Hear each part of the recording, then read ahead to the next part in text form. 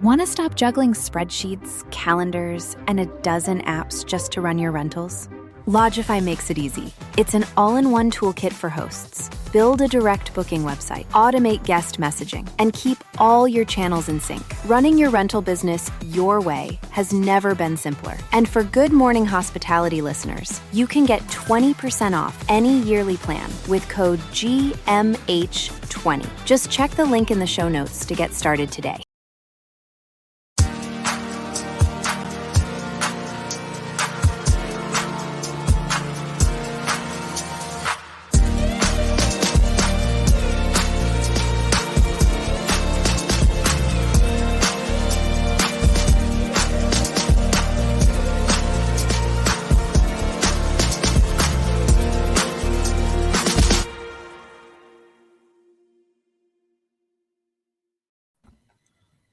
Good morning, you two. Good morning.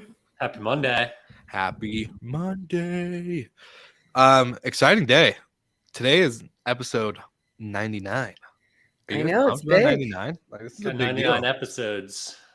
99 episodes that people had to listen to our voices nonstop for 30 minutes. Get to listen to our voices. I must say it has improved incrementally. Yeah. So those listening today that didn't listen to episode 1, it is better than it was. Don't go back and listen to it, please. Yeah.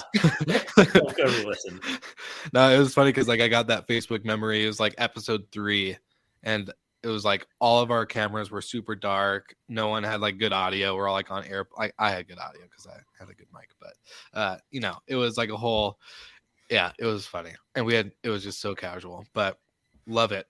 Love the progress. A lot of news coming out this last week. We have a lot to cover, and I'm sure we're going to go down a ton of rabbit holes, but anything you guys want to highlight before we jump into the latest and greatest STR, hotel, travel, hospitality news? All the above. I don't believe so. We got a lot to cover, so hopefully we can get through it all in the typical 30-minute window. But I forgot. I was going to ask you guys, what was your favorite episodes this last year out of the 99? That was like my one thing that we talked about before this. Out of the 99 episodes, what have been your top 2, since we all kind of talked about 2? Michael looks like he's ready to rock, so go ahead. Yeah, I think there's 2 very different style episodes that we did. One at Verma in San Antonio. You and I set up in the hallway, Will. Yeah. And grabbed virtually everybody that walked by and had them tell us some news about what their company's doing and some interesting things that have come out lately. That was a really fun format. And then in terms of favorite guests, we've had a lot of really, really good ones. But one was so unique and so fascinating to me. Mike Baxter from the House of Gods in Scotland. Yeah. Was a great episode, and I could probably have him back on every week and learn from him. So Michael just replaces me and Brandy. Yes, with set myself out. Another Michael. Great. back to square one, right where it all began. No, those are very good episodes. I agree. I like those. Brandy, how about you? You haven't been with us very long, but you've been kind of indoctrinated into the whole GMH culture and show and all the BS behind the scenes, so go for it. Sure. So I also love the House of Gods episode. I went on like a real rabbit hole after that.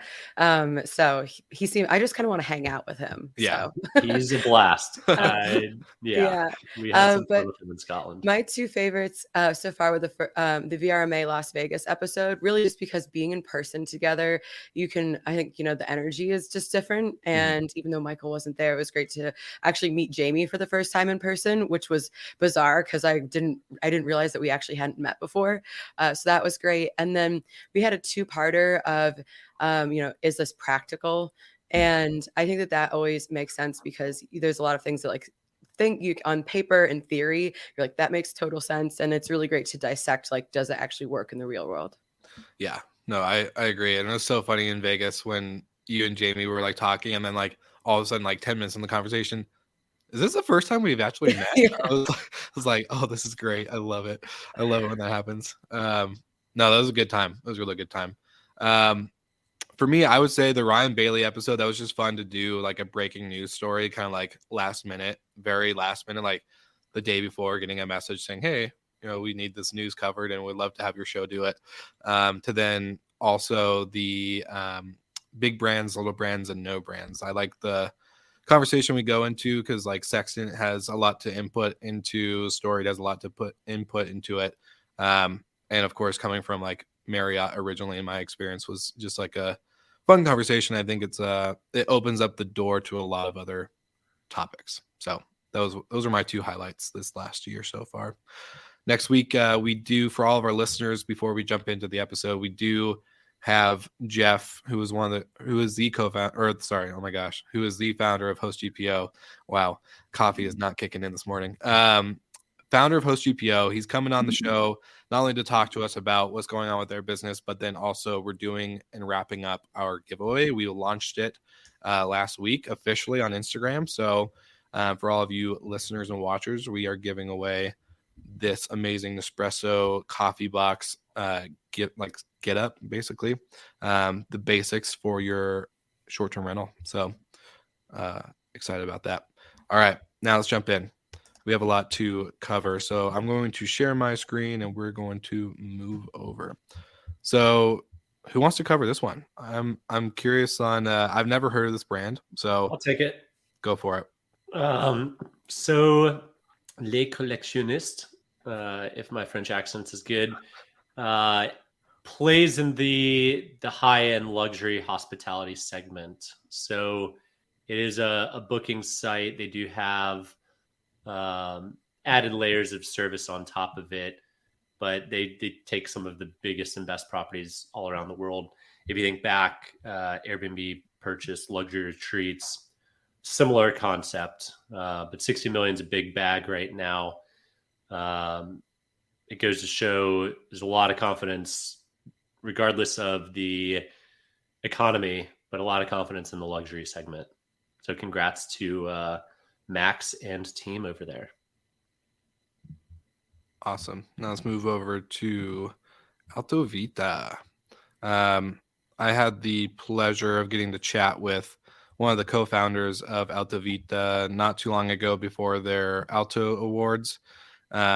Really cool business model, really cool team. And I don't remember if we fully talked about funding, but I know that they pretty much were all self-funded until recent. So that's pretty cool to see, like the startup hustle grind, getting to like building out a platform first, building out the business, and then going to get funding. So I just really liked that part of the story. Yeah, there used to be a number of corporate housing platforms, but they've all kind of gone away. So they're coming in and filling in a gap that used to exist in a great way. As Airbnb goes more towards their single host focus, it's less usable for corporate accommodation. So it makes sense. Congrats to Vivi and Carolina. Mm-hmm. Brandy, do you guys do a lot with corporate? We're trying to, that's actually one segment that we're building out more now. In New Orleans, we have a lot because of the convention center is really close to a lot of our buildings. So we get a lot of like that travel. And Miami, we'll get a good mix, especially in our Brickell buildings. That's probably our biggest one. Brickell makes sense. Brickell makes sense for sure. All right.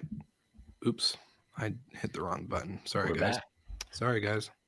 I messed up.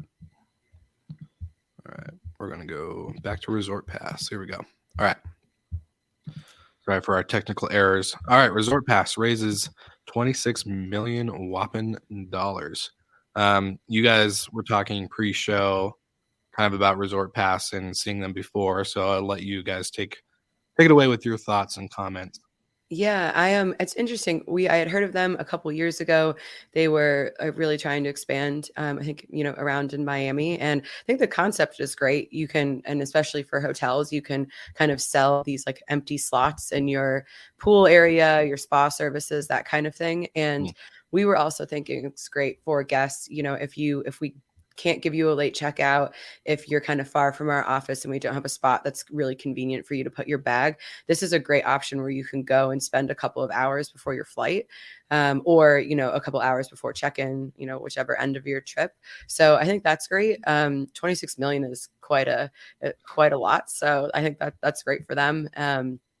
And yeah, I'll be curious to see how it goes. I'd love to see some sort of partnership opportunities maybe for Sextant.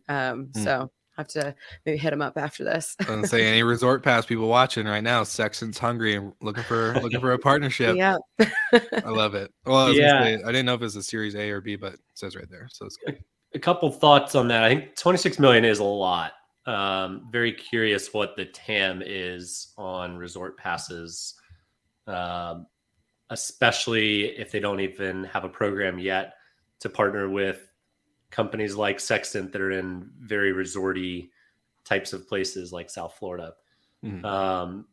You know, there aren't resorts in every destination market, but when you've got short-term rentals that lack some of the resort amenities, a spa, a pool with service, or gyms, things like that, then you know, if you're in the close vicinity of some of these properties, it's a great value add for the traveler, for the hotel to squeeze some extra cash flow, and for the property management company in the short-term rental side to offer a little bit more than just the house. And also, I mean, in Miami, it's great. Like, it's nice sometimes if I have friends from out of town, or even if just doing like a kind of like weekend activity, being able to go and buy the day pass. Some places have day passes, but they're, you know, $300. Yeah. So I don't know what their pricing will be like, but it'd be nice, you know, even as a local, just going to do something like fun and relaxing for the weekend. That's Yeah, a it's good an point. interesting take. I think, again, I'm very curious the TAM on this, but the concept is great, and I think they definitely need to take a look at partnering with short-term rental providers. Mhm. Well, it's funny because like I think it was a Shark Tank episode, or there's some other kind of like pitch investment show. I don't remember Shark Tank or if it was something else. But I think it was like Hotels by Day or dayhotels.com or something like that, where a company was pretty much just trying to sell day passes for hotel rooms. And it was, again, one of those things that great in theory, right? Like if they're not being used, then awesome, like might as well make some extra revenue. But it just never ended up becoming something that was profitable, or even it was a money sucker for the hotel rather than a maker, because then you have to clean the room twice basically if you're like sold out. And so I think that concept was great in theory, not practical. This one sounds like it's great in theory and practical because, like Brandy said, I think the local aspect, like what a great way to get the, like during slow seasons, any type of gap, you can always make some extra revenue there. But then it does sound like even if it is busy, anyone could use it and go for it. I wonder the downstream effects of this, though. If you're the Ritz or any, you know, super luxury exclusive property, maybe they're not the ones that are adding Resort Pass because the guests don't want just Joe Blow off the street to post up next to them all day. They like the privacy and the closed off from the rest of the world. So, yeah, I mean, I think it's probably a specific market. It's not going to be your super high end properties, but we'll see. I don't know that much about them, admittedly. Brandy, let us know what happens when you hit them up. All right. Yeah, I'll do a test run. Secret shopper. I love it. I love it. All right, off to the next one. We got Ukio, a premium apartment rental platform for Europe's flexible workforce, raises $28 million. Go ahead and hit the next one or two as well, if you will, Will. Will. If you will. Peruvian startup, and then we have our last two after this. Okay. So we've seen a lot of funding for operators outside of the U.S. We've covered it almost every week for the past month or two. And it's a great sign. It's a great trend. It's a bit curious how there's not many American companies being so deeply funded, but it's all seemingly international. But if you double click into that a little bit, it does make sense somewhat.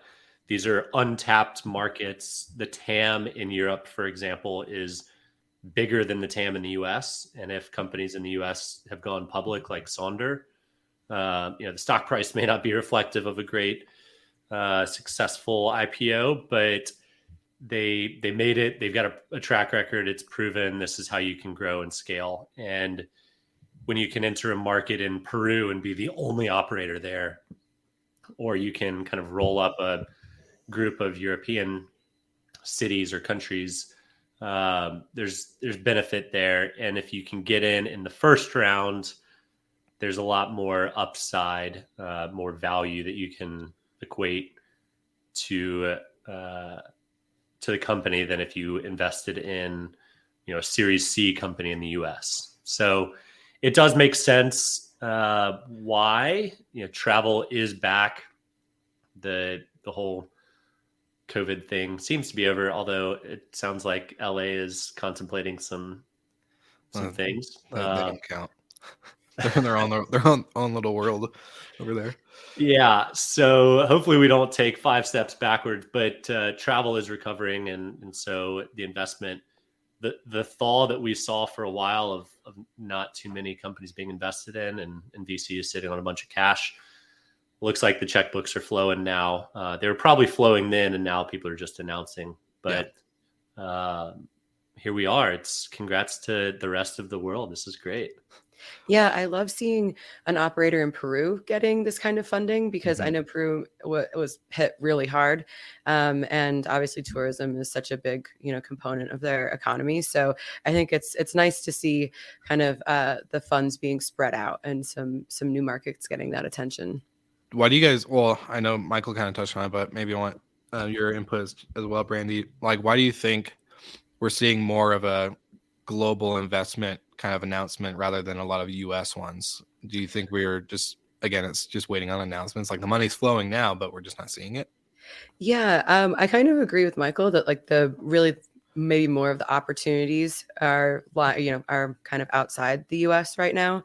And if we have all these companies that in the States that are maybe a little bit more mature, you're going for later rounds. It's a much bigger check, usually takes a little bit longer, to get all of that sorted. You might have layers to your round. So I think we might see some more announcements later on, but I agree with Michael. I think you just have kind of more opportunities outside the States right now. Yeah. And I haven't done my diligence on who the investors of all these different companies are, but if they've invested in the space at all, they have some learnings, successes or failures. Maybe they invested in Domio and realized how not to light $100 million on fire. Well done, Team Domio. But maybe they invested in Sonder and realized like this model's great, but maybe we don't invest quite as much money in furnishings or quite as much money in headcount. The model works, but fill in the blank. And if you can take those learnings to a company that has a good footprint and can dominate and be the market player there, you could be teed up for, say, Sonder wanting to expand in Peru, and they just buy the biggest operator instead. So it's not always an IPO route. You can build to sell as well. So hopefully some of their investors have some experience in the space and can take past learnings. The good news about this model is it's now existed for quite a while. You don't have to reinvent the wheel. It's not, first to market. Yeah. And it's always a better spot to be able to copy successful companies than to try and invent your own. Yeah. I don't know if you saw, I highlighted the Resort Pass. One of the investors was Brian Kelly, the points guy. Like, that's kind of funny. I thought but that makes a lot of sense to me. Total sense. Yeah. But also like, dang, like just shows like a media influencer who just started this thing by like a blog, right? I think that's what it started off with, was he was just blogging about how to pretty much get free flights and free hotels using your credit cards. Now it's like he's investing in companies, and it's pretty cool. Yeah, if you can use points for a day pass, I'd be more inclined to do that than actually pay for one personally. Yeah. Mm-hmm. I love points. All right. To the next one. This was our one of our main ones for the day. And I'll bring us back here. We see that Wander raises another round. 100 It's a mil. debt facility. Still, whatever. Round debt. They raise some money. And scroll down, see who it's from. It's from a massive bank. So they're taking capital now that is meant to be deployed to purchase properties, which is PropCo OpCo model, which I love. I'm a big fan. I think you can absolutely control your own destiny if you have these takedown funds that you can go acquire hard assets, and then you own it, you manage it, you control every aspect of it. We'll get to a very, very, very different model next, but without jumping ahead, owning and squeezing as much ROI, NOI, cap rate out of every property is a win-win for the PropCo investor and the OpCo investor. So both sides can win. Congrats to Wander. I love the model. Avant Stay has done something similar. I think it was somewhere in the ballpark of, it was definitely 100 million plus in their fund as well. But it is the future, right? People want to stay in homes that are more like hotels than someone's actual home, and especially on the higher end, the luxury side. So big fan of what Wander's doing. Same. And Credit Suisse was the bank. Will, I saw you scrolling for it. I highlighted it. It's right there. Okay, yeah, perfect. I was just reading the rest of the article. Go ahead, Brandy. Yeah, I mean, I just love the houses. Also, when I've been flipping through, they have some pretty nice places. Yeah, I wouldn't mind doing a live episode from there. Yeah, no big we deal. have quite the list of places that we're gonna go visit and do some live episodes from. Yeah, to our future potential sponsors, just know this is what the Delta answer our calls. But I think a point you made kind of leads nicely into the next article about like people wanting to stay in homes that are, really professionally operated, especially on the luxury end. And I think that, our next article, I think we can kind of go deeper into that. Well, okay, so the nice thing about Wander, I like their model because it's like standardized homes. So you're like, I think Michael just said it earlier, you're not taking somebody's current residence or a secondary vacation home and trying to make it somewhat non-personal and turning it into a vacation rental. Now Airbnb, I don't know. I like the idea because I know one of the companies that they're going to be using for this program, Central, which I think is based out here in Denver. One of their buildings is right next to, like, a couple of blocks away from where I live. So I see the building. It's active. It's no, I don't see any like sketchy guests going in and out of the building. Like, it seems like a really good market fit for its location and for their desired traveler. But my immediate thoughts, or the immediate like thing that came to my mind when seeing Airbnb launch this, I think it was last week, was that it's Nido all over again. And I don't like that. So I'd love to hear your guys' thoughts, especially Brandy, like you guys have these apartment buildings. And so seeing that they're going to like have individual hosts run it most likely again is kind of I mean, obviously I'm, I guess, a little biased because our model is you take an entire building, and that way anytime you have a sort of combination between short-term and long-term tenants, I just think it's a recipe for disaster. And so, let's say the apartment building has 400 units. How many people are actually going to be using that program? And I think one way that this would be less sketchy, or I mean scary from my perspective, would be like, okay, the building runs the program. If you want to open up some dates, you tell the building, they organize the clean, they maybe take a little bit of the percentage, and then I think that's just way more organized. That does not seem to be the way that this is going to go. And so if you have 400 different hosts and they all have their own like check-in instructions or like procedures, and Yeah. you're having all the cleaners, I mean, Different maybe they're not cleaning getting. fees.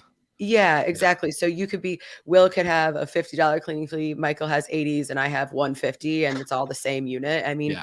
so I love the idea of people being able to cover some expenses and subsidize their cost of living. Mhm. Again, this is like good in theory, but is it practical? So I think it's the theme of the year. We're gonna yeah. call that the theme of the year.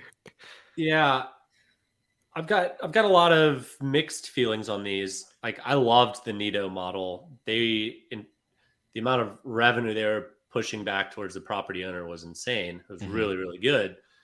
I think the challenge is making sure everyone in the building knows what they've signed up for living there. Mhm. And what I haven't seen, and yes, call me biased, I worked at Noiseware for 4 years, was these companies, especially Airbnb, requiring Noiseware to be in all these apartments so they don't disturb the community. Pricing, cleaning, like, how is all of this run? And if that's where I think something like RealPage's product Migo makes more sense. They can kind of layer in more help than probably what Airbnb is offering the residents. Scheduling, cleaning, messaging guests, talking to them, being connected with the guest, some layers of standardization. But it's quite the polar opposite from the announcement we made 2 weeks ago, which is Apartments by Marriott. Like, take your pick as a traveler. Would you rather go to Apartments by Marriott or an apartment community? And I think that boils down to price point. I would assume Marriott's going to be significantly more expensive than somebody's apartments in whatever city. I think they 150 plus properties that Airbnb rolled out to. But I do like the ability for residents to list their property and make some money.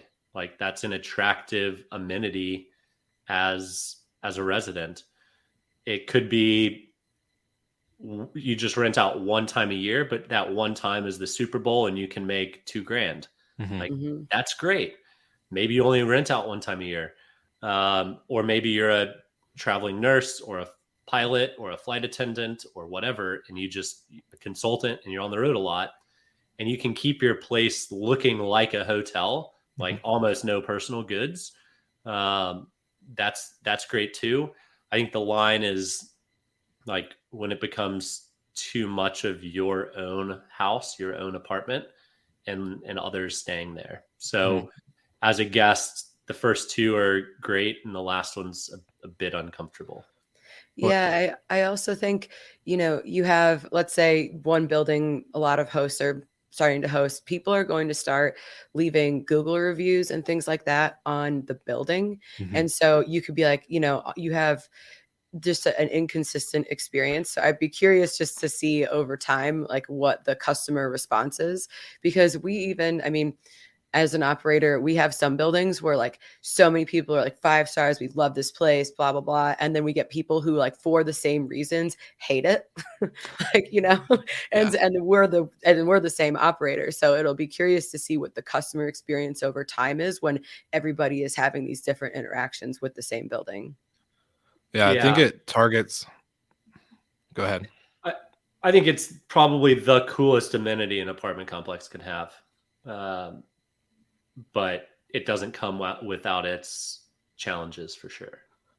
Yeah, I think it comes, like, for me, it's not going to be the renter that I would say is in their 40s plus that, has a family, all this other stuff. It's really for the younger, like, renter that is not materialistic and is very experiential. Like, we're seeing that, like, right, with millennials and Gen Z, everyone's all about experiences and wanting to focus on that rather than, you know, having all these nice things. So having a nice apartment like that, I think that's attractive to them, because then they can depersonalize it. They can make it more standard to fit like the building's kind of code of operation or code of standard for decoration and check-in and stuff like that. And then just be kind of a little bit more removed from it emotionally. It's not like my home, where a lot of owners, when they invest into a secondary, third or fourth home or whatever, they're all like emotionally tied. Like, oh my gosh, like this is where me and my kids like go for every 2 weeks, or not every 2 weeks, go for 2 weeks of the summer or whatever.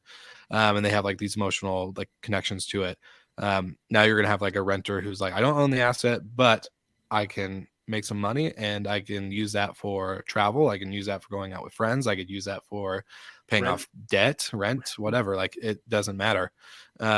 So I think it would be interesting to see, because Airbnb hasn't been known to set expectation or like kind of a standard or operational procedure. So I'd love to see, like, example Central, like they do have standards. They do have Central's a little bit different than, you know, Airbnb just dropping in on a multifamily building though. So yeah.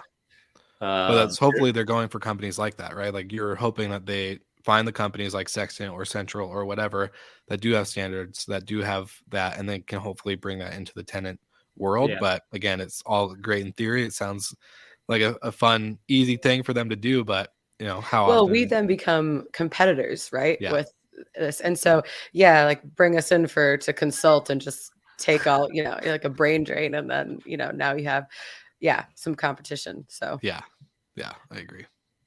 I'd like to make a prediction or two or guess on where this ends up going.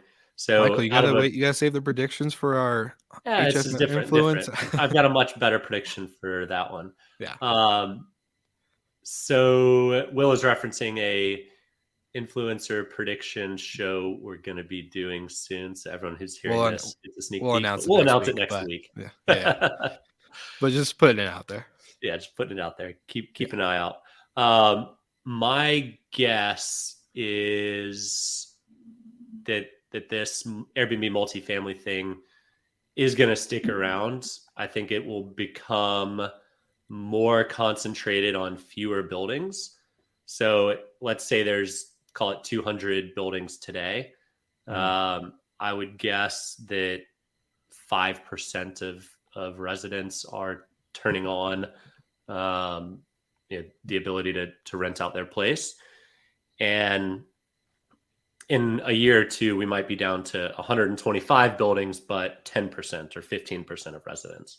I think it'll kind of natural selection of people opting in or out of that activity of where they live as well. So yeah, I think people will start to be like, oh, you know, if I'm moving, I hear this building allows me to do this. I think there's going to be a friction with people that already live in the buildings now that they're turning this on. So I think you're spot on there.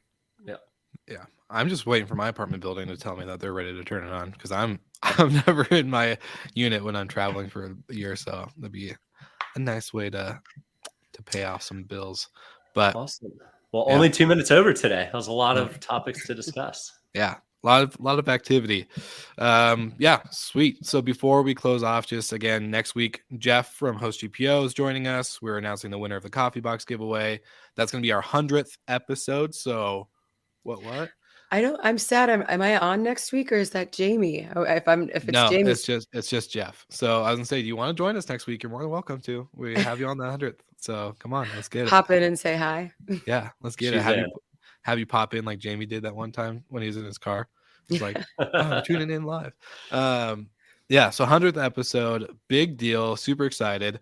We'll probably share some more like stuff coming up for the show in 2023. I know we'll take a couple breaks during Christmas. So just keep your eyes peeled. And for anyone watching, listening, make sure you enter into the Coffee Box giveaway, just so that way next week when we do announce the winner, you'll find out if you get this awesome brand new Nespresso machine. So really excited. Good episode today. For all of you live viewers, thank you for tuning in. Thanks for commenting. Hello, Michael Ross, for tuning back into the show. Mr. Hey, buddy. He's like, I miss you guys. So it's really good, and we'll see you all again next week.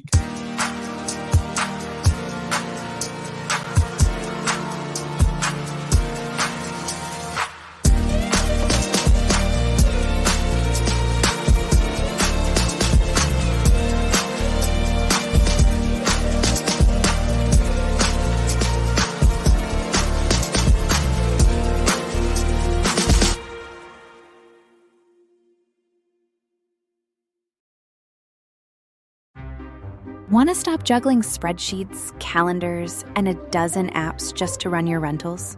Logify makes it easy. It's an all-in-one toolkit for hosts. Build a direct booking website, automate guest messaging, and keep all your channels in sync. Running your rental business your way has never been simpler. And for Good Morning Hospitality listeners, you can get 20% off any yearly plan with code GMH20. Just check the link in the show notes to get started today.